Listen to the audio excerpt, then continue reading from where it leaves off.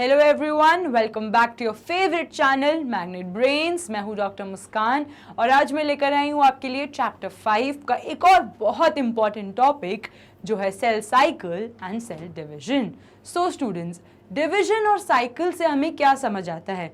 मतलब कुछ भी चीज़ जो डिवाइड कर रही है, एक सेल है जो डिवाइड कर रही है, तभी उसे हम क्या कहते हैं? Cell division. अगर कोई भी सेल डिवाइड कर रही है मतलब वो ग्रो कर रही है। कोई भी सेल, लिविंग सेल के लिए डिवीजन बहुत इंपॉर्टेंट है, क्योंकि उसी की वजह से वो क्या कर पाएगी? वो ग्रो कर पाएगी। तो ये ग्रो कैसे करेगी? एक प्रोसेस के थ्रू, जिसको हम क्या कहते हैं? Cell cycle.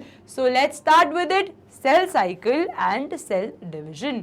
So students, one of the most important criteria of a cell is its ability to grow। मतलब कोई भी लिविंग सेल के लिए एक कैपेबिलिटी होना जो क्या है? ग्रोथ के लिए, उसके लिए सेल का डिवीजन बहुत इंपॉर्टेंट है and in a suitable environment. Now, cell division is common to all living organism. Cell division किसमें? सभी living organism में पाया जाता है and it is essentially a mechanism by which cell grow and divide, giving rise to new cell in cell population। एक cell जो divide करेगी, क्या करेगी? वो डॉटर सेल्स प्रोड्यूस करेगी। जैसे ही वो डॉटर सेल्स प्रोड्यूस करेगी, वो क्या करेगी? वो अपनी पॉपुलेशन इंक्रीज करेगी। तो ये तरीका है कैसा? एक सेल को ग्रो करने का। As a cell divides, it give rise to two daughter cells। जब भी कोई सेल डिवाइड करती है तो वो कितनी डॉटर सेल्स को बनाती है? वो 2 डॉटर सेल्स बनाती हैं। Which possess the same genetic makeup। जो 2 डॉटर सेल्स हैं वो कहाँ से आई है? वो एक ही पेरेंट कह सकते हो सेल से आई है, तो उनका जेनेटिक मटेरियल कैसा होगा? बिल्कुल सेम होगा। As the parent cell, these daughter cells further give rise to new daughter cells। और ऐसे ही रिप्रोडक्शन करके वो क्या करते हैं? अपना सेल का ग्रोथ करते हैं। इतना क्लियर है आपको? चलो अब स्टूडेंट्स, जो सेल साइकिल है वो कैसे डिवाइड होती है? वो 2 मेजर ग्रुप्स में डिवाइड होती है। तो देख लेते हैं, यहाँ पे मैं आपको बता रही हूँ सेल साइकिल के बारे में। तो सेल साइकिल कैसे डिवाइड हो रही है? 2 मेजर ग्रुप्स में डिवाइड हो रही है। क्या है वो? पहला है वो इंटरफेज। क्या है? इंटरफेज। उसके बाद किस में डिवाइड होती है वो? Mitotic phase. Interphase and mitotic phase. अब स्टूडेंट्स, इंटरफेज क्या होता है? इंटरफेज एक ऐसा फेज है जहां पे क्या हो रहा है? प्रिपरेशन हो रहा है। तो interphase is also known as preparatory phase, क्योंकि इस फेज में क्या होगा? सारा प्रिपरेशन होगा। टोटल कितना होता है बच्चों? ये टोटल 23 आवर्स का होता है। तो कितना होता है ये टोटल? 23 आवर्स का होता है। मतलब 24 घंटे में 23 आवर्स तो हम किस में लगा देते हैं? प्रिपरेशन करने में। ये कितने पार्ट में डिवाइडेड होता है? ये फर्दर 3 सब पार्ट्स में डिवाइड होता है। क्या है वो? G1 phase, S phase and G2 phase. इतना क्लियर है? इंटरफेज क्या है? Interphase is a preparatory phase, जिसमें हमारी सेल सारी प्रिपरेशन करके रखती है। किसके लिए? सेल डिवीजन को होने के लिए। तो प्रिपरेटरी फेज फर्दर किन 3 फेजेस में डिवाइड होता है? तो ये डिवाइड होता है G1 फेज में, S फेज में एंड G2 फेज में। नाउ माइटोटिक फेज क्या होता है स्टूडेंट्स? वो एक्चुअल सेल डिवीजन फेज है। क्या है? Cell division phase. अब क्या होगा? सेल डिवाइड करेगी। तो हम 23 आवर्स तो प्रिपरेशन कर रहे हैं, मात्र 1 घंटा हम क्या करेंगे? सेल का डिवीजन करेंगे। अब ये जो माइटोटिक फेज है स्टूडेंट्स, ये फर्दर किन कह सकते हो 4 चीजों में डिवाइडेड है। तो ये डिवाइडेड है हमारा प्रोफेज में। किसमें? प्रोफेज में, मेटाफेज में, एनाफेज एंड टीलोफेज में। इतना क्लियर है? ये कैसे डिवाइडेड है? इसको याद करने का तरीका है पीमैट। तो कैसा है ये डिवाइजन? ये पहले डिवाइड होता है हमारे माइटोटिक फेज। माइटोटिक फेज भी स्टूडेंट्स दो टाइप के होते हैं। क्या होते हैं वो होते हैं हमारे कैरियोकाइनेसिस एंड साइटोकाइनेसिस। कैरियोकाइनेसिस क्या होता है? जब न्यूक्लियर डिवीजन हो रहा होता है। और साइटोकाइनेसिस क्या होता है? जब साइटोप्लाज्म का डिवीजन हो रहा होता है। तो कैरियो मतलब न्यूक्लियर डिवीजन, साइटो मतलब साइटोप्लाज्म का डिवीजन। अब माइटोटिक फेज फर्दर किन 4 फेजेस में डिवाइडेड है? तो उसको याद करने का तरीका है पीमैट। पी से prophase, metaphase, anaphase and telophase. अब इन एक एक फेजेस के बारे में हम डिटेल में देखेंगे। तो सबसे पहले स्टूडेंट्स हम आते हैं इंटरफेज पे। तो आ जाओ, ये देखो, ये एक डायग्रामेटिकली तरीका है आपको याद करवाने का। तो सबसे पहले क्या आया? इंटरफेज। इंटरफेज किस में डिवाइड हुआ? G1 में, S फेज में एंड G2 फेज में। तो G1 से कहाँ गए हम? S फेज में। S फेज से कहाँ गए हम? G2 फेज में। G2 फेज के बाद हम कहाँ जाएंगे? माइटोसिस में। इतना क्लियर है आपको? माइटोसिस के बाद बच्चों एक और स्टेप होती है जो सेल की डिवीजन की स्टेप है, वो है साइटोकाइनेसिस। इतना क्लियर है? चलो अब एक एक स्टेप हम क्लियरली समझते हैं। तो सबसे पहले क्या था? इंटरफेज। सबसे पहले हमने देखा था इंटरफेज। इंटरफेज मैंने आपको क्या बताया? तो इंटरफेज बेसिकली क्या है? प्रिपरेटरी फेज है। इसमें क्या होगा? इसमें प्रिपरेशन होगी।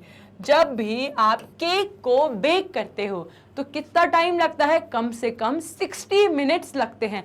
लेकिन केक जैसे ही बन के रेडी होके आ जाता है, वाह, उसकी खुशबू से देख के खाने का मन करता है। खत्म कितनी जल्दी होता है?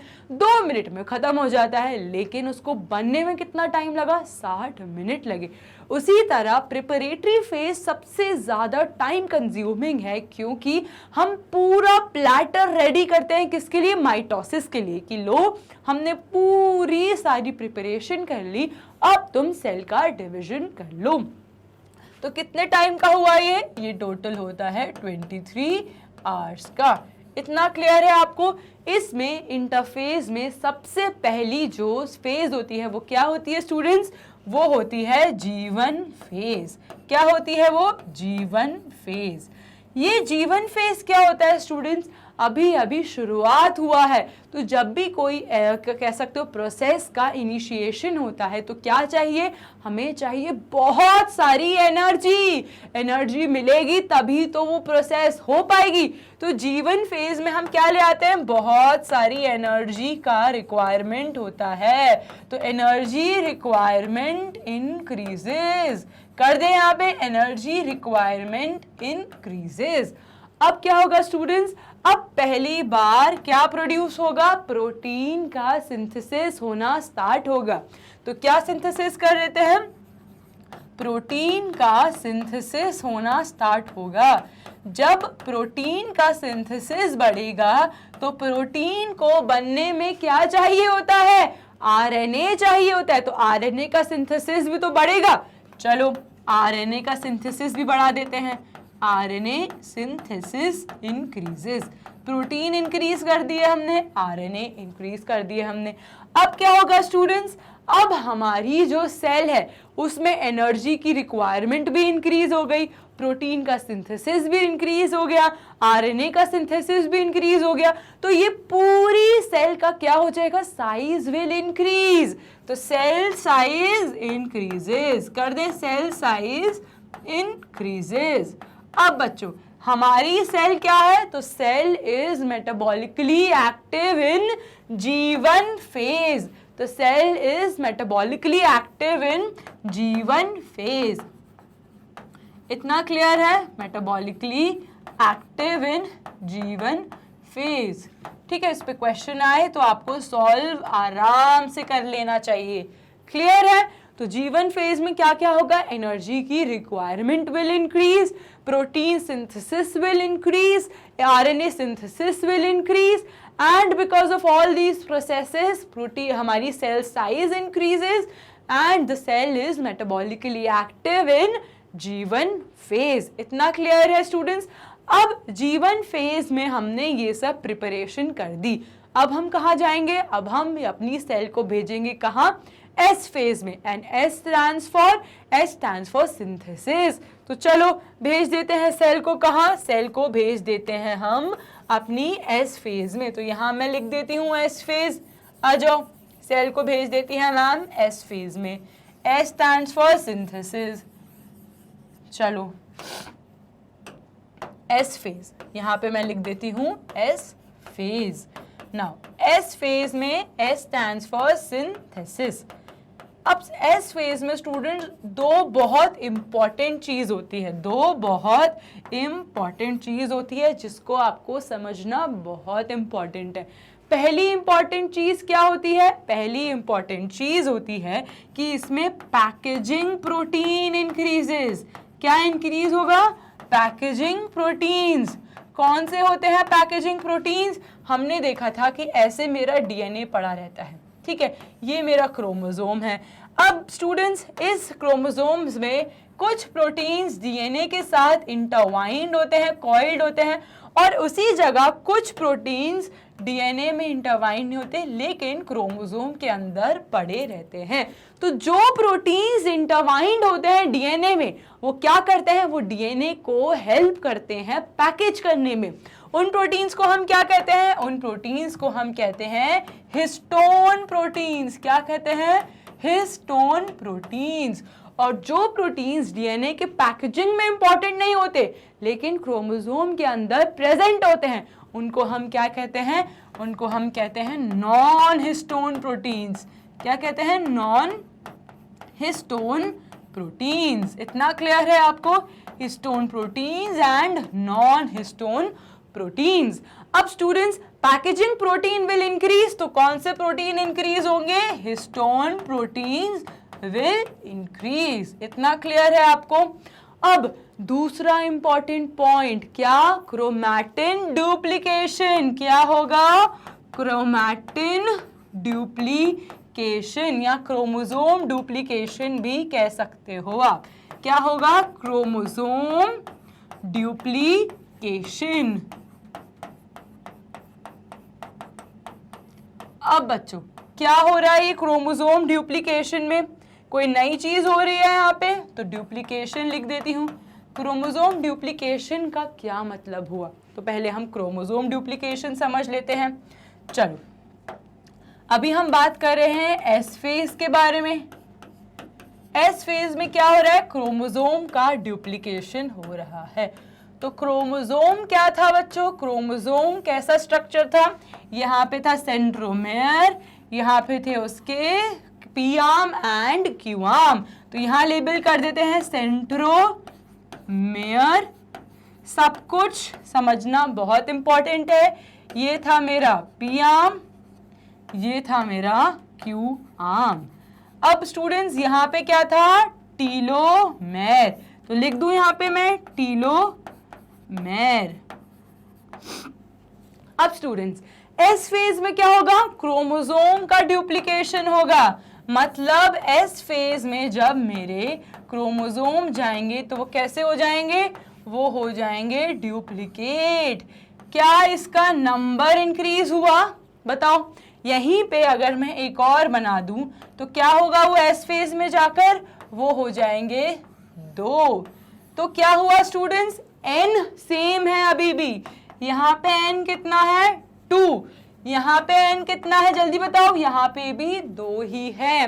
तो नंबर ऑफ क्रोमोसोम सेम है लेकिन जो कह सकते हो क्रोमोसोम का डुप्लीकेशन हो गया। कितने बन गए ये? जो सी जो है हमारे जो आर्म्स ऑफ क्रोमोसोम्स है वो कितने हो गए? वो हो गए 4। इतना क्लियर है आपको?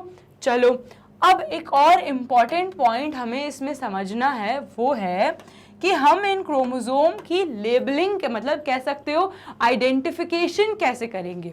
तो आ जाओ देख लेते हैं। यहाँ पे मैं बना रही हूँ एक क्रोमोसोम, ठीक है बच्चों। यहाँ है मेरा दूसरा क्रोमोसोम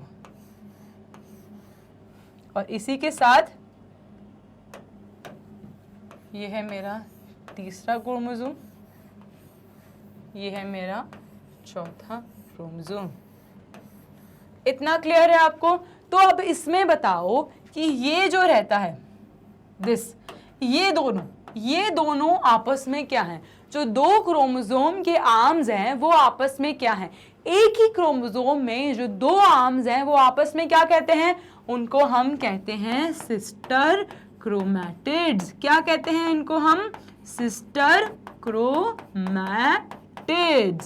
और बच्चों जो दो क्रोमोसोम आपस में होते हैं, मतलब एक इस आर्म ऑफ क्रोमोसोम एंड दूसरी, सपोज ये ए है और ये बी है, ये सी है और ये डी है, तो ए का सिस्टर क्रोमैटिड और बी का सिस्टर क्रोमैटिड आपस में क्या है, तो अगर हम दो अलग अलग क्रोमोसोम के क्रोमैटिड्स का बात करें तो उनको हम क्या लेबल करते हैं, तो ये दोनों आपस में क्या हुए बच्चों, इनको हम कहते हैं नॉन सिस्टर क्रोमैटिड्स। क्या कहेंगे, नॉन सिस्टर क्रोमैटिड्स। इतना क्लियर है, इनको हम कहेंगे नॉन सिस्टर क्रोमैटिड्स। अब बच्चों इसमें एक और इम्पॉर्टेंट पॉइंट है समझने का, वो है यहाँ पे मैं लिख देती हूँ कि अगर ये दोनों कैसे हैं, आइडेंटिकल, ये दोनों कैसे हैं, नॉन आइडेंटिकल, तो जो आइडेंटिकल टू ईच अदर होते हैं उनको हम क्या कहते हैं, उनको हम कहते हैं होमोलोगस क्रोमोसोम्स। क्या कहेंगे, होमोलोगस क्रोमोसोम्स। और जो नॉन आइडेंटिकल होते हैं उनको हम क्या कहेंगे, इन दोनों को हम कहेंगे नॉन होमोलोगस, क्या कहेंगे, नॉन होमोलोगस क्रोमोसोम्स। इतना क्लियर है आपको, क्या कहेंगे, नॉन होमोलोगस क्रोमोसोम्स। तो होमोलोगस क्रोमोसोम्स कितने हैं यहाँ पे, जल्दी बताओ, होमोलोगस क्रोमोसोम्स कितने हैं यहाँ पे, तो टोटल कितने हैं, दो पेयर ऑफ होमोलोगस क्रोमोसोम्स हैं। पहला A B homologous to each other, C D homologous to each other. But क्या बी और सी होमोलोगस है, नहीं, तो वो क्या है, वो है नॉन होमोलोगस। अगर स्टूडेंट्स बी और सी के मैं सिस्टर क्रोमैटिड्स को कंपेयर करूं तो क्या कहूंगी, non sister chromatids of non homologous chromosomes. उसी जगह अगर मैं सी और डी के क्रोमैटिड्स को कहूंगी तो क्या कहूंगी, sister chromatids of homologous chromosomes. इतना क्लियर है आपको, ये जो मैंने बताया यहाँ पे मैं लिख देती हूँ। अगर मैं ए और बी के क्रोमैटिड्स को कंपेयर करूंगी तो क्या होंगे, वो होंगे sister chromatids, non sister chromatids, क्योंकि ए और बी तो नॉन सिस्टर हुआ, ए और ए के अंदर ही सिस्टर होता है, ए और बी के क्या होंगे, non sister chromatids of homologous chromosomes. कैसे, होमोलोगस क्रोमोसोम्स। उसी की जगह अगर मैं बी और सी के क्रोमैटिड्स को कंपेयर करूंगी तो वो क्या होंगे, non sister chromatids of non homologous chromosomes. कैसे, non sister chromatids of non homologous chromosomes. ये इंपॉर्टेंट पॉइंट है क्या, क्वेश्चन सॉल्व करने के लिए। अब स्टूडेंट्स एस फेज में क्या हो रहा है, क्रोमोसोम का डुप्लीकेशन हो रहा है, ये बहुत ही इंपॉर्टेंट पॉइंट है। क्लियर इतना। अब आ जाते हैं हम कहाँ, हमारे लास्ट फेज ऑफ इंटरफेज जो क्या है, G2 फेज। अब G2 फेज में क्या होता है स्टूडेंट्स, जो G2 फेज है ये लास्ट फेज है। अब हमें बची कुची सारी जितनी भी प्रिपरेशन जो बच गई थी वो G2 तक खत्म करनी है, क्योंकि अब हमारी सेल कहाँ जाएगी, माइटोसिस में। तो G2 तक बची कुची सारी एनर्जी यूज कर देंगे हम, क्योंकि माइटोसिस में जाने वाली है। तो क्या करें, एनर्जी का प्रोडक्शन इंक्रीज कर दें, एनर्जी का प्रोडक्शन लो भाई साहब इंक्रीज कर दिया हमने। अब क्या करेंगे, अब स्टूडेंट्स हमारे जो सेंट्रोमियर्स होते हैं वो कैसे बनते हैं, जो सेंट्रियोल्स हैं और जो स्पिंडल फाइबर्स हैं ये किससे बनते हैं, ये बनते हैं ट्यूब्यूलिन प्रोटीन से। कैसे होते हैं, माइक्रोट्यूब्यूल से। तो ट्यूब्यूलिन का क्या कर देंगे, प्रोडक्शन इंक्रीज कर देंगे। तो क्या करेंगे, tubulin production increases, tubulin production increases, कर दिया इंक्रीज। अब स्टूडेंट्स क्या करेंगे, सेंट्रियोल का फॉर्मेशन स्टार्ट हो जाएगा। क्या हो जाएगा, सेंट्रियोल फॉर्मेशन, ट्यूब्यूलिन बना लिया हमने। ट्यूब्यूलिन क्या करेगा? ट्यूब्यूलिन बनाएगा सेंट्रियोल्स, ट्यूब्यूलिन क्या बनाएगा? Spindle fibres. तो सेंट्रियोल का प्रोडक्शन स्टार्ट हो जाएगा, सेंट्रियोल का प्रोडक्शन विल स्टार्ट। इतना क्लियर है? तो ये तीन चीज कहाँ हो रही है? हमारे G2 फेज में। अब हमारी सारी प्रिपरेशन हो गई, हमने सब कुछ प्रोटीन, आरएनए, क्रोमोसोम को डुप्लीकेट कर दिया, सेंट्रियोल बना दिया, ट्यूब्यूलिन प्रोटीन बना दिया। अब हमारी पूरी की पूरी सेल कैसी हो गई? प्रिपेयर्ड, एकदम फर्स्ट क्लास। अब हम उसे कहाँ भेज देंगे? अब हम उसे भेजेंगे माइटोसिस में। माइटोटिक डिवीजन में वो सबसे पहले कहाँ जाएगी? कैरियोकाइनेसिस में। उसके बाद क्या होगा स्टूडेंट्स? उसका साइटोकाइनेसिस, जो क्या है? साइटोप्लाज्म का डिवीजन। तो आइए पहले हम इन सब की थ्योरी देख लेते हैं। तो let's start now students. Interphase, interphase क्या है? This phase is basically characterized by growth of the cell. तो इंटरफेस में क्या होगा? सबसे ज्यादा ग्रोथ मिलेगी हमें, followed by replication of DNA content. हमने देख ही लिया कहाँ होगा? एस फेज में होगा। It represents the phase between two successive M phase. इतना क्लियर है? एम फेज के दो कह सकते हो हमारी फेजेस के बीच वाली फेज है हमारी इंटरफेज। माइटोटिक फेज क्या होता है? During M phase the cell begins to separate DNA content. मतलब अभी तक जो आपने बनाया, अब हम उसका क्या करेंगे? सेल का डिवीजन करेंगे, एज वेल एज साइटोप्लाज्म। देखो बच्चों, कैरियोकाइनेसिस क्या हुआ? Nuclear division. साइटोकाइनेसिस क्या हुआ? Cytoplasmic division. ये दोनों कहाँ होंगे? हमारे एम फेज में। तो कुछ रटने की जरूरत नहीं है, बस इतना याद रखना है एम फेज में क्या होगा? एम फेज में सबसे पहला होगा कैरियोकाइनेसिस। क्या होगा? कैरियोकाइनेसिस। कैरियोकाइनेसिस का मतलब क्या होता है? Nuclear division. क्या होगा? Nuclear division. उसके बाद क्या होगा? उसके बाद होती है हमारी साइटोकाइनेसिस। क्या होगी? साइटोकाइनेसिस। साइटोकाइनेसिस क्या होती है? Cytoplasmic division. तो साइटोप्लाज्म का भी डिवीजन करवा देंगे। तो ये दो चीज कहाँ हो रही है? ये दो चीज हो रही है माइटोसिस में। कुछ याद करना है इसमें? नहीं, बस दो वर्ड याद करना है, अपने आप उसका मतलब निकलेगा और पूरी की पूरी डेफिनेशन आपके पास रेडी है। क्लियर? चलो आगे देखते हैं। अब नाउ इंटरफेस। अब इंटरफेस को हम डिटेल में समझते हैं। A cell which has just entered into cell cycle and must grow and carry out DNA replication. अब तुम्हारी सेल एंटर कर गई सेल साइकिल में, अब वो अंडरगो क्या करेगी? Replication. Now students, this is accomplished during the interphase of the cell.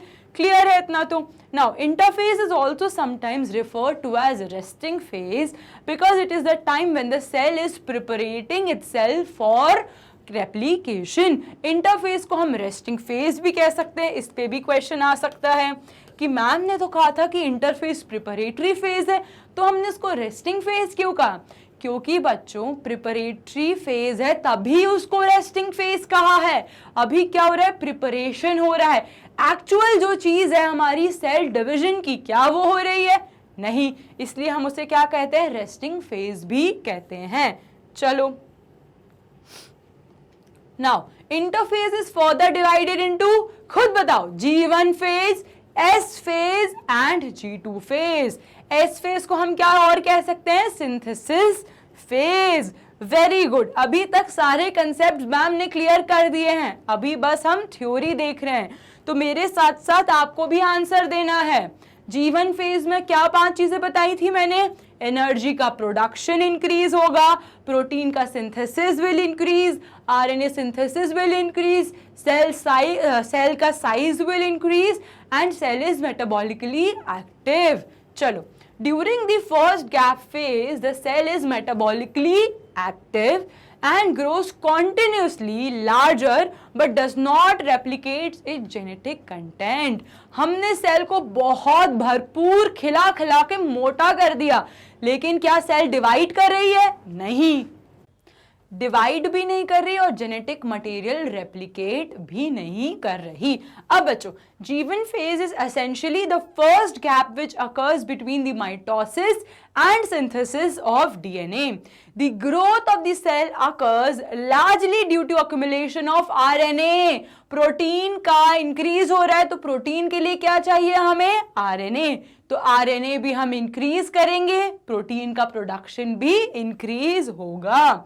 अब students, S phase, S stands for synthesis.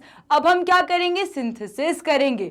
दो चीजें जो मैंने आपको बताई थी वो क्या थी? एक तो पैकेजिंग प्रोटीन्स इंक्रीज, क्या है वो? Histone proteins. दूसरे बच्चों क्या इंक्रीज करेंगे? वो हमारा क्रोमोसोम का ड्यूप्लीकेशन करेंगे। चलो देख लेते हैं। This phase is characterized by synthesis of DNA in the nucleus. Very important point कि अब डीएनए का सिंथेसिस होगा न्यूक्लियस के अंदर। During S phase the amount of DNA doubles. तो क्या हो गया? क्रोमोसोम का ड्यूप्लीकेशन हो गया। ठीक है, क्रोमोसोम का ड्यूप्लीकेशन हो गया। चलो, initially the DNA content was 2C, but at the end of S phase the DNA content will become 4C. Very important point कि initially S phase के DNA content कितना था? 2C, but by the end of S phase DNA content कितना होगा my dear students? 4C. इतना clear है?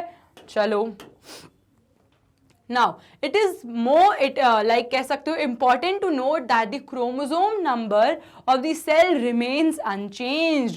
मैंने आपको बताया था कि अगर n is equals to 1 है तो S phase के बाद duplication होने के बाद भी n कितना होगा? number of chromosome will remain same only. ठीक है, इतना क्लियर है आपको? चलो, a microtubule organizing structure known as centriole is also duplicated in the cytoplasm during the S phase. Centriole का प्रोडक्शन इंक्रीज होना स्टार्ट होता है G2 में, बट इनिशिएट होना स्टार्ट हो जाता है S phase में। Centrioles are required for proper segregation of chromosomes. Clear? चलो, इसमें देख लेते हैं जो G2 फेज थी हमारी किसकी? Last phase of interphase. इसमें मैंने आपको बताया था क्या हो रहा है बच्चों? आखिरी फेज है, जितनी प्रिपरेशन बची है सब इसी फेज में खत्म करनी है। तो क्या करेंगे? एनर्जी का production will increase and centriole production will also increase and tubulin protein, क्योंकि सेंट्रियोल बनेगा किससे? ट्यूब्यूलिन से ही तो बनेगा। This phase is marked by synthesis of more proteins which further enhances cell growth. मतलब बनाते जाओ, आखिरी स्टेप है, जितना कुछ बचा है सब बना दो। ठीक है बच्चों? The cell at this stage is prepared to enter the M phase. अब आपने पूरी प्रिपरेशन कर दी, आपने अपनी तरफ से 100% दे दिया। अब आप क्या कहोगे कि भाई सेल तू जा, कहाँ? M फेज में, जो क्या है हमारी माइटोटिक फेज। अब जैसे ही सेल माइटोटिक फेज में आएगी वो दो चीजों में डिवाइड करेगी। क्या बच्चों? कैरियोकाइनेसिस, जो क्या था जल्दी बताओ? Nuclear division phase. साइटोकाइनेसिस क्या है? Cytoplasmic division phase. चलो, इतना क्लियर है? अब हम देख लेते हैं एम फेज को, बट एम फेज से जाने से पहले एक और स्टेज होती है बच्चों, G0 फेज, जिसको हम क्वेसेंट स्टेज भी कहते हैं। ये स्टेज क्या होता है? जब सेल सोती है, मतलब सेल को अभी डिवाइड नहीं करना, लेकिन हमने सेल की प्रिपरेशन कर दी, पूरी सेल प्रिपेयर कर दी, बट माइटोसिस में जाने से पहले सेल को आराम करना है। तो G0 फेज क्या है बच्चों? ये एक रेस्टिंग फेज है, जब सेल कुछ काम नहीं करती, हाइबरनेशन पे चली जाती है, इसलिए इसे हम क्या कहते हैं? क्वेसेंट स्टेज या G0 फेज। अब चलो, the cell which are incapable of undergoing division, these cells withdraw themselves from cell cycle and by existing the G1 phase. Very important question कि G0 फेज में सेल G1 फेज के बाद जाती है या G2 phase के पास जाती है? तो G0 स्टेज में सेल हमेशा G1 स्टेज के बाद चली जाती है। क्योंकि सेल के पास कैपेबिलिटी ही नहीं है डिवाइड करने की। तो वो कहती है भैया मैं किसी यूज की नहीं हूं, मैं एकदम यूजलेस हूं। तो वो क्या करती है, वो संन्यास ले लेती है। क्या ले लेती है वो कहती है भैया मैं संन्यास ले रही हूं। तो संन्यास phase is what, quiescent stage. And कहां जा रहा है वो, G1 स्टेज के बाद जा रही है हमारी G0 स्टेज पे। वेरी इंपॉर्टेंट क्वेश्चन, ठीक है। Such cells are referred to as differentiated cells, थोड़ी अलग हटके हैं इसलिए उनको नाम क्या दे दिया हमने, differentiated cells. For example cardiac cells and neuron. ये इंपॉर्टेंट क्वेश्चन है बच्चों, ये आ सकता है कि कौन सी सेल्स हमारी बॉडी में क्वेश्चन स्टेट पे जाती है, तो उसका आंसर आपको क्या देना है, कार्डियक सेल्स एंड न्यूरॉन्स। तो ये क्लियर था बच्चों आपको इंटरफेस के बारे में। अब हमने पूरी सेल प्रिपेयर कर ली और अब हम इसे कहाँ भेजेंगे, अपने एम फेज में, जो है हमारा माइटोसिस फेज। तो चलो सेल को कहाँ भेज दिया हमने, अपनी एम फेज में, जो क्या थी हमारी mitotic phase. Now during M phase the cell condenses it chromosomes. अब सेल क्या करेगी, अब सेल अपना कंडेंसेशन स्टार्ट करेगी। तो क्या करेगी सेल, क्रोमोसोम्स को कंडेंस करेगी and segregates them into 2 daughter cells. अब क्या होगा, अब एक्चुअल सेल डिवीजन होगा। अभी तक हम क्या कर रहे थे, अभी तक हमने अपनी सेल को प्रिपेयर करा था, अब हम उसको क्या करेंगे, अब हम उसको डिवाइड करेंगे। Since the number of chromosomes in the parent and daughter cells remains same, जितने क्रोमोसोम्स हमें अपने पेरेंट सेल में मिले उतने ही क्रोमोसोम्स हमें कहाँ मिलेंगे, हमारी डॉटर सेल्स में। And it is also referred to as equational division, क्योंकि daughter cell and parent cell का क्रोमोसोम नंबर सेम है। क्लियर स्टूडेंट्स, तो चलो देख लेते हैं माइटोसिस कैसे डिवाइड हुआ, हमारे कैरियोकाइनेसिस में एंड हमारी साइटोकाइनेसिस में। तो चलो देख लेते हैं एक बार। माइटोसिस को हमने माइटोटिक, यहाँ पे मैं लिख देती हूँ माइटोटिक डिवीजन, जो क्या है बच्चों हमारा एम फेज, लिख दिया मैंने यहाँ पे एम फेज। अब चलो इसको डिवाइड कर देते हैं 2 फेजेस में, क्या है वो, कैरियोकाइनेसिस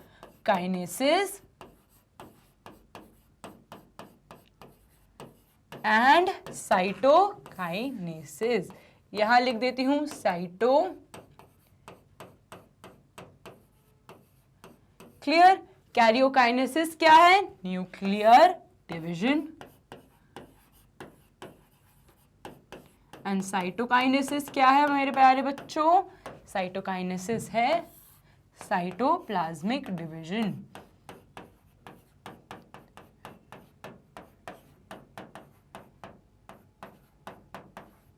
चलो कैरियोकाइनेसिस को फर्दर हमने किस में डिवाइड करा था, तो कैरियोकाइनेसिस को फर्दर हमने डिवाइड करा था प्रोफेज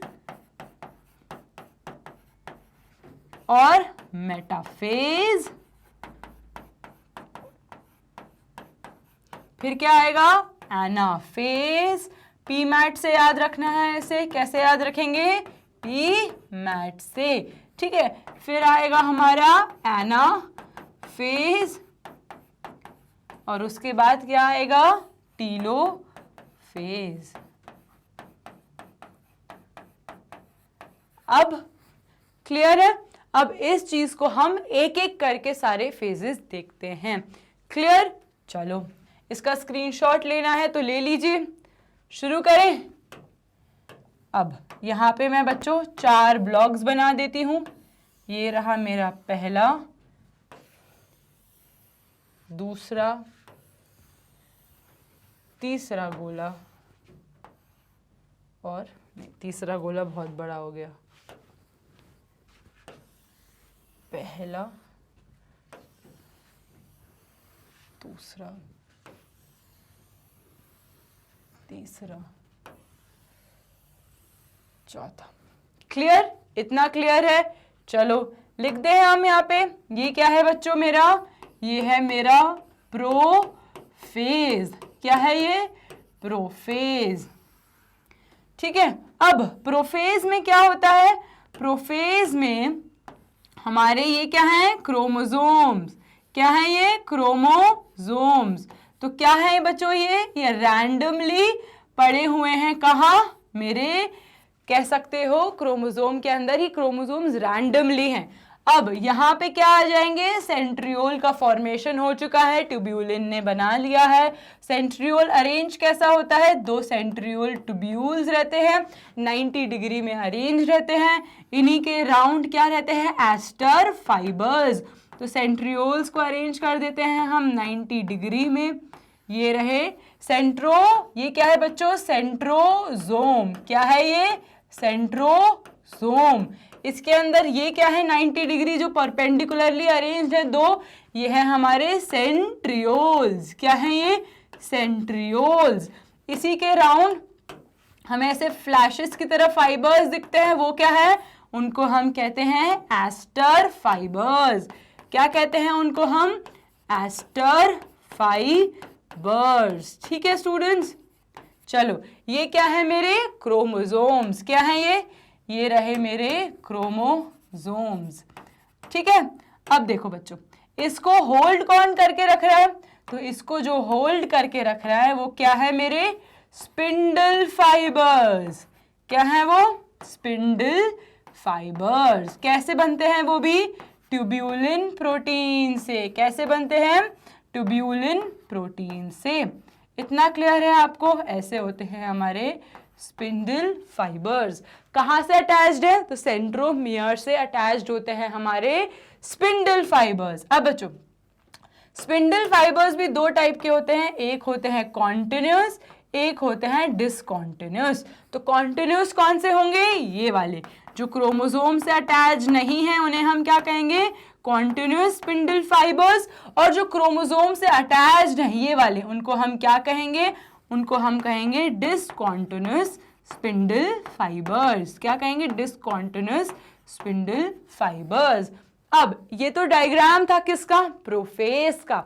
अब प्रोफेज में होता क्या है, तो प्रोफेज में जो 4 बहुत इंपॉर्टेंट चीज हो रही है वो क्या है, सबसे पहला क्या होता है, डिसअपियर क्या हो जाता है हमारा, डिसअपियर क्या होगा हमारा, डिसअपियर हो जाएंगी हमारी एंडोप्लाज्मिक रेटिकुलम, गोल्जी अपैरेटस। क्या, एंडोप्लाज्मिक रेटिकुलम और गोल्जी अपैरेटस डिसअपियर हो जाएंगे। और क्या होगा स्टूडेंट्स, अभी क्रोमोसोम्स क्या रैंडमली अरेंज्ड हैं। कैसे, रैंडमली अरेंज्ड है। सेंट्रियोल क्या होगा, सेंट्रियोल अपने अराउंड अरेंजमेंट कर देगा, तो सेंट्रियोल का अरेंजमेंट दिखने लगेगा।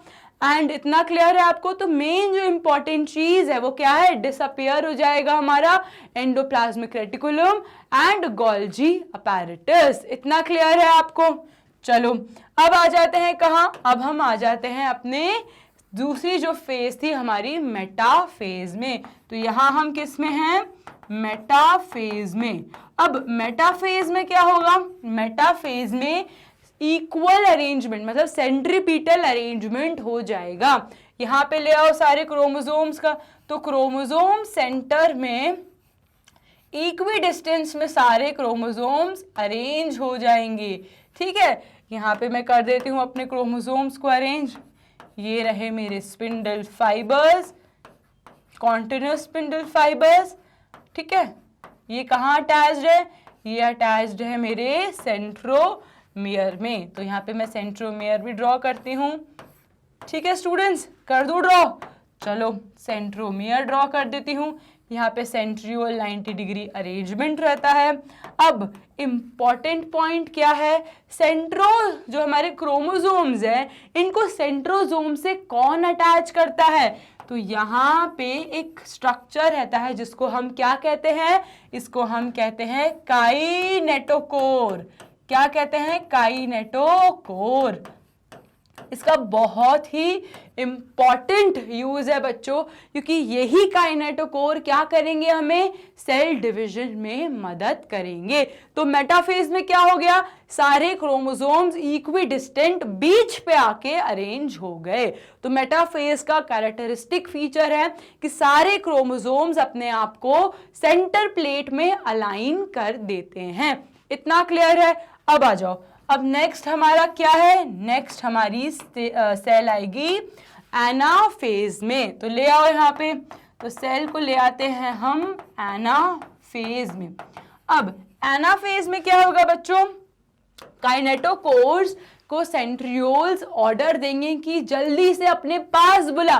तो सेंट्रियोल ने काइनेटोकोर की मदद से हमारे सिस्टर क्रोमैटिड्स को अलग कर दिया। तो एनाफेज में क्या हुआ, डिवीजन हुआ। ठीक है, यहाँ पे अरेंज थे मेरे, कैसे, यहाँ पे चलो कैसे अरेंज है, तो मेरे क्रोमोसोम्स अलग अलग हो गए। ये रही मेरी सिस्टर क्रोमैटिड्स, कहाँ से अटैच्ड है, ये काइनेटोकोर से अटैच्ड है। और किसको जाके अटैच हो रही हैं, तो सेंट्रोमियर को अटैच हो रही हैं। ये रहा काइनेटोकोर, काइनेटोकोर, ये भी काइनेटोकोर। क्लियर है इतना, कहाँ से अटैच हो रही हैं, ये सेंट्रियोल से जो 90 डिग्री अरेंज्ड है, वाया किससे, स्पिंडल फाइबर्स से। तो यहाँ मैं ड्रॉ कर देती हूँ स्पिंडल फाइबर्स। स्पिंडल फाइबर्स कहाँ से आ रहे हैं, तो स्पिंडल फाइबर्स को सेंट्रियोल्स अपनी तरफ खींचता है। ठीक है, सेंट्रियोल किससे अटैच्ड है, क्रोमोसोम से, किसकी मदद से, काइनेटोकोर की मदद से। तो सेंट्रियोल क्या करेगा, स्पिंडल फाइबर्स से अपनी तरफ खींचेगा। जैसे ही वो खींचेगा ये क्रोमोसोम्स कैसा हो जाएगा, दो पार्ट में डिवाइड हो जाएगा। जैसे ही ये दो पार्ट में डिवाइड होगा क्या हो जाएगा, मेरी सिस्टर क्रोमैटिड्स अलग अलग हो जाएंगी और डिवीजन हो जाएगा। तो एनाफेज में क्या होगा, एनाफेज में डिवीजन होगा, सिस्टर क्रोमैटिड्स अलग अलग हो गई। अब आ जाओ, अब लास्ट फेज क्या है स्टूडेंट्स, लास्ट फेज है मेरी टीलोफेज। यहाँ पे मैं लिख देती हूँ टीलोफेज। टीलोफेज में प्रोफेज का जस्ट ऑपोजिट होगा। क्या होगा, जो जो चीजें प्रोफेज में हो रही हैं वही सब ऑपोजिटली कहाँ होंगी, मेरी टीलोफेज में। चलो यहाँ पे क्या कर देते हैं, यहाँ पे बना देती हूँ मैं अपने क्रोमोसोम्स। ये रहे मेरे टीलोफेज के एक पैर, ये दूसरा पैर। अब क्या हो गया, अब हो गया डिवीजन। क्लियर है, तो टीलोफेज में क्या मिला मुझे, दो पार्ट में सेल डिवाइड हो गई। क्या होगा, अपीयरेंस होगा एंडोप्लाज्मिक रेटिकुलम का, गोल्जी अपैरेटस फिर से आ जाएगी, कंडेंसेशन होना बंद हो जाएगा। इसमें कंडेंसेशन होना स्टार्ट हुआ था, सॉरी बच्चों, उसमें कंडेंसेशन होना बंद हो जाएगा और दो पार्ट में मेरी सेल डिवाइड हो गई। तो ये क्या है, चार फेजेस ऑफ माइटोटिक डिवीजन। अब हम एक एक करके इन सब की थ्योरी देखते हैं। इसका स्क्रीनशॉट लेना है तो जल्दी से ले लीजिए, शुरू करें। चलो आ जाओ, सबसे पहले हम देखते हैं प्रोफेज के बारे में। तो बच्चों prophase, mitosis begins with the condensation of chromatin material. सबसे पहले मैंने आपको क्या बताया था, प्रोफेज में क्या होगा, प्रोफेज में सबसे पहले होता है कंडेंसेशन ऑफ क्रोमैटिन मटेरियल। कर दिया, कंडेंसेशन ऑफ क्रोमैटिन मटेरियल। अब आ जाओ, the chromatin material which is lying diffused in the nucleus. हमने क्या देखा था, हमने देखा था कि यहाँ पे क्रोमैटिन मटेरियल कैसा है स्टूडेंट्स, यहाँ पे क्रोमैटिन मटेरियल डिफ्यूज्ड पड़ा हुआ है। कैसा पड़ा है, डिफ्यूज्ड पड़ा है, पूरे में कंडेंसेशन होना स्टार्ट हुआ है। अभी तक क्रोमोसोम्स कैसे हैं, इर्रेगुलरली अरेंज्ड हैं। इतना क्लियर है। चलो उसके बाद द क्रोमैटिन मटेरियल डिफ्यूज है। This phase is also marked by the movement of centrioles. अब धीरे धीरे सेंट्रियोल का मूवमेंट कहाँ होगा, पोल्स पे। अभी तक सेंट्रियोल पोल्स पे नहीं थे, अब धीरे धीरे वो कहाँ जाएंगे, पोल्स पे जाएंगे और 90 डिग्री ऐसा एक अरेंजमेंट बना देंगे। क्लियर, चलो आगे देखते हैं। Now prophase, the movement of centriole towards the opposite poles initiates the mitotic spindle. Clear, during prophase a number of organelle and structures began to disappear। ये भी मैंने एक important point बताया था कि प्रोफेज में क्या होगा, डिसअपियर होगा। किसका, हमारे गोल्जी अपैरेटस का, एंडोप्लाज्मिक रेटिकुलम का, न्यूक्लियस का और न्यूक्लियर मेम्ब्रेन का। तो क्या क्या डिसअपियर होगा, तो डिसअपियर होगा कहाँ, हमारे प्रोफेज में किस किस का? हमारी एंडोप्लाज्मिक रेटिकुलम का, गोल्जी अपैरेटस का, न्यूक्लियोलस का एंड हमारी न्यूक्लियर मेम्ब्रेन का। इतना क्लियर है स्टूडेंट्स? ये बहुत ही इंपॉर्टेंट पॉइंट है, इसको याद करना बहुत ही जरूरी है। क्लियर? चलो अब आगे बढ़ते हैं। अब देखते हैं हम मेटाफेज में। मेटाफेज मैंने क्या बताया था? अभी क्रोमोसोम्स कहाँ आ जाएंगे? सेंटर में अलाइन कर लेंगे।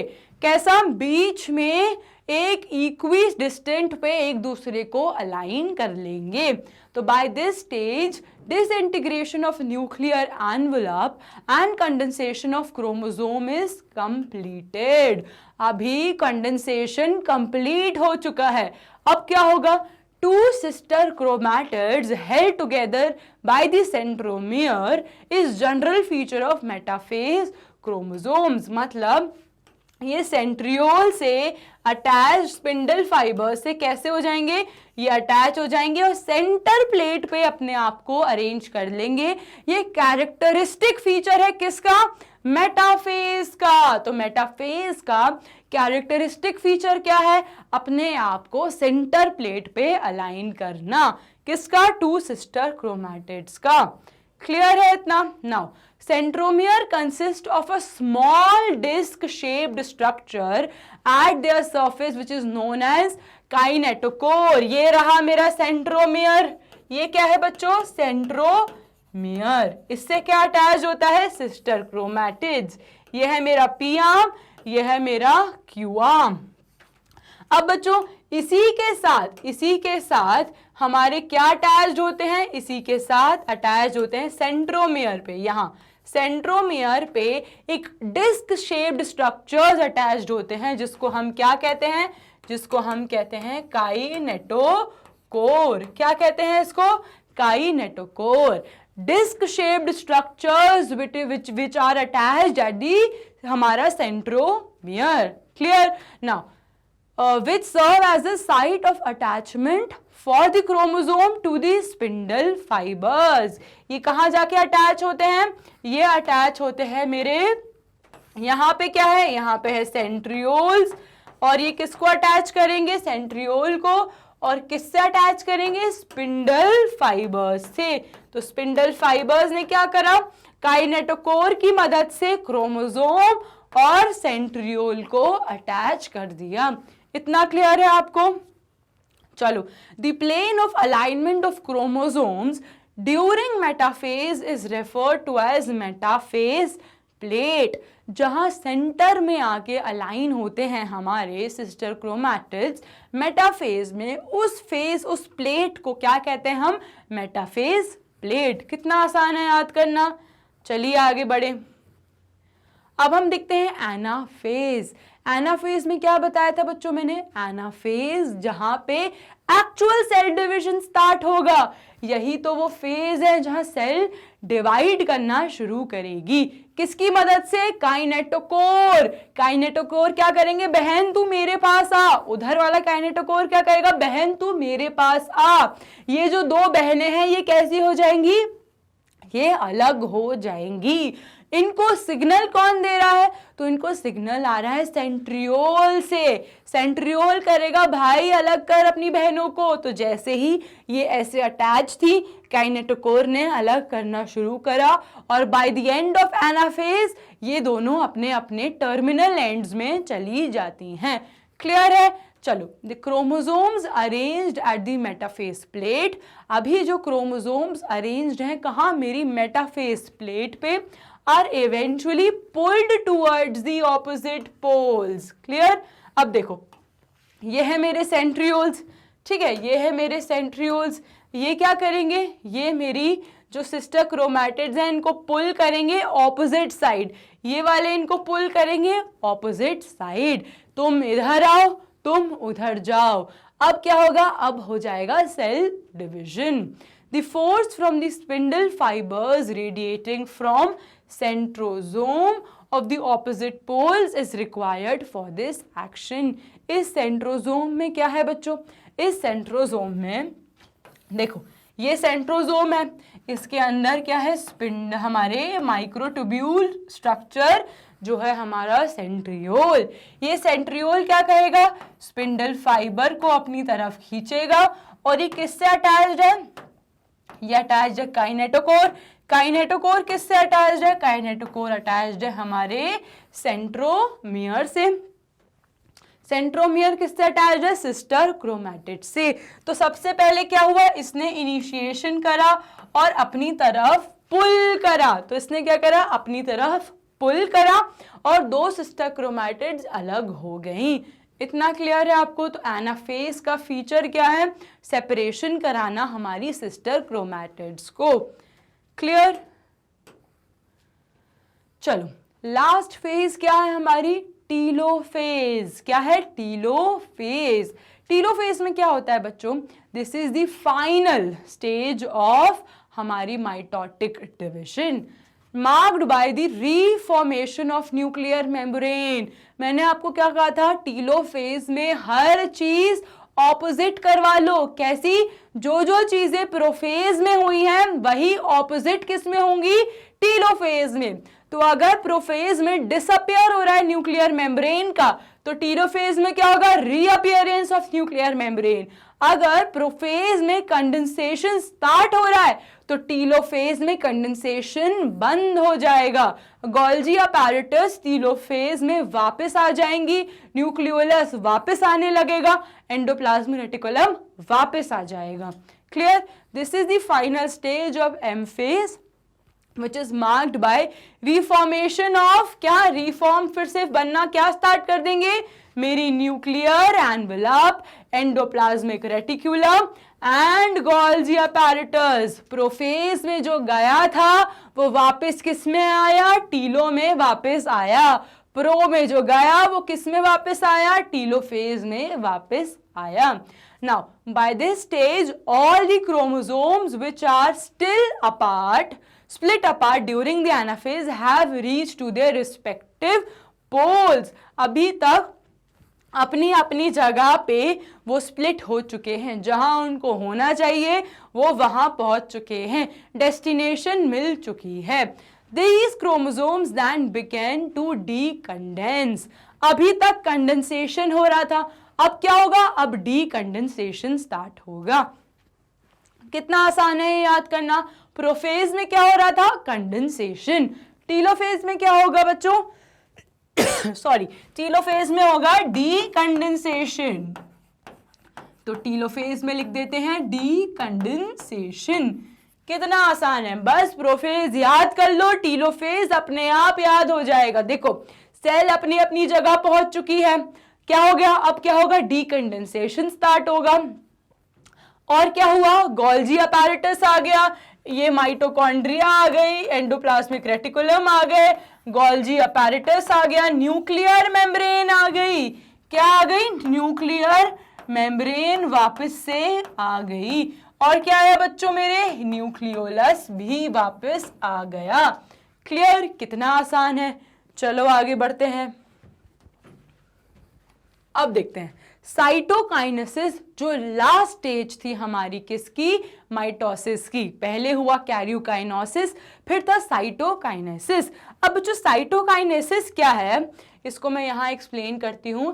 साइटोकाइनेसिस, साइटोकाइनेसिस क्या होता है बच्चों, बेसिकली हम साइटोप्लाज्म का डिवीजन कर रहे हैं। क्या कर रहे हैं हम, साइटोप्लाज्म का डिवीजन।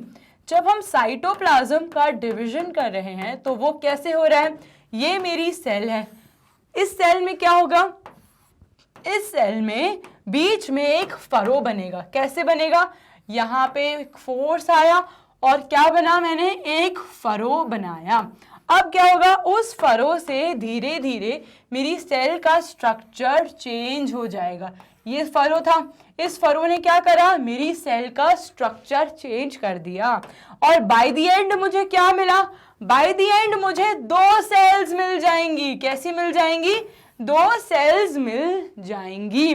तो साइटोकाइनेसिस में कैसे हुआ, एक फरो फॉर्मेशन हुआ, उस फरो फॉर्मेशन से मुझे साइटोप्लाज्म का डिवीजन हो पाया। क्लियर है। तो ये है साइटोकाइनेसिस के बारे में। नाउ साइटोकाइनेसिस बच्चों प्लांट्स में भी होता है और एनिमल्स में भी होता है। कैसा होता है? प्लांट्स में भी होता है और एनिमल्स में भी होता है। तो दोनों सेल्स में हमें क्या मिलता है? साइटोकाइनेसिस। लेकिन प्लांट्स में कैसा होता है? प्लांट्स में होता है सेंट्रीफ्यूगल। कैसा होगा? Centrifugal cytokinesis. प्लांट्स में कैसा होगा? Centrifugal cytokinesis. And animal cells में कैसा होता है? Centripetal cytokinesis. तो यहां लिख देती हूं सेंट्रीपीटल साइटोकाइनेसिस। क्लियर? कैसा बना? एक फरो बना तो सेंट्रीपीटल फोर्स ही तो लगा है। कैसा फोर्स लगा है? सेंट्रीपीटल फोर्स लगा है। अब इस सेंट्रीपीटल फोर्स की वजह से क्या हुआ? मेरी सेल का स्ट्रक्चर चेंज होता गया। जैसे ही चेंज होता गया क्या हो गया? अब ये दो पार्ट में डिवाइड हो गई। कितना आसान है। चलो थ्योरी देख लेते हैं अब इसकी।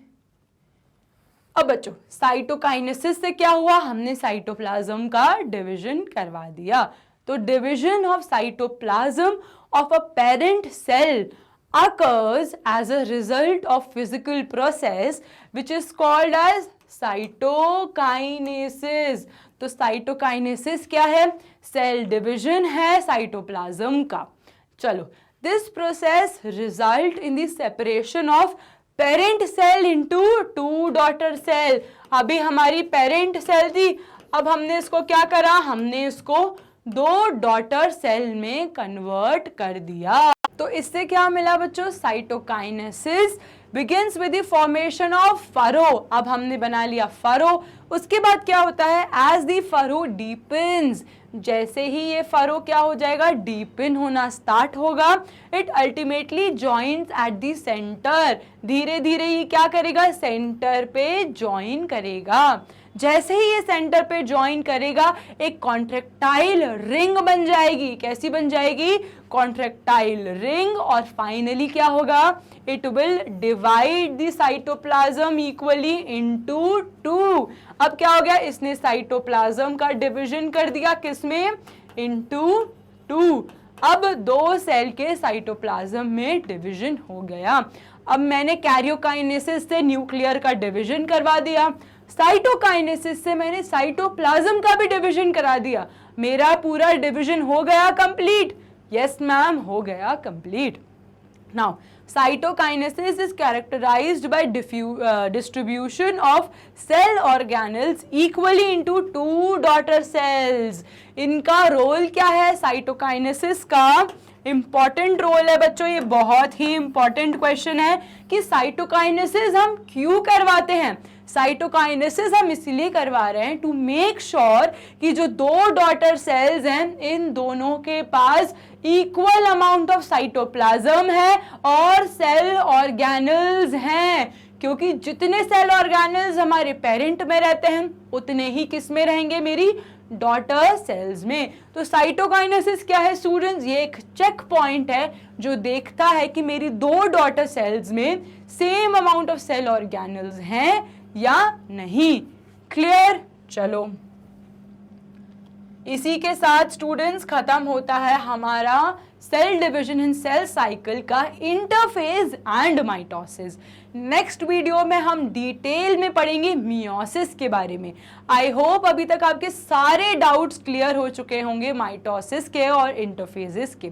मियोसिस हम नेक्स्ट वीडियो में बहुत अच्छे से डिटेल में पढ़ेंगे, सो स्टे ट्यून्ड। मेरे पास आपके लिए बहुत अच्छी गुड न्यूज़ है, वो है मैग्नेट ब्रेन्स अब प्रोवाइड करते हैं फ्री एजुकेशन एंड उनका खुद का प्लेटफॉर्म भी है। All you have to do is just visit www.magnetbrains.com। जैसे ही आप हमारी वेबसाइट में जाएंगे आपको एक ऐसा पेज ओपन अप होगा। आपको क्या करना है? अगर आपको वीडियोस इंग्लिश मीडियम में देखनी है तो क्लिक इंग्लिश, एंड अगर हिंदी मीडियम में देखनी है तो क्लिक ऑन हिंदी मीडियम। जैसे ही आप क्लिक करेंगे आपके पास एक ऐसा पेज ओपन अप होगा। अगर आपको मेरी बायोटेक की वीडियोस देखनी है बच्चों तो क्लिक करिए हमारी बायोटेक के वॉच नाउ पे।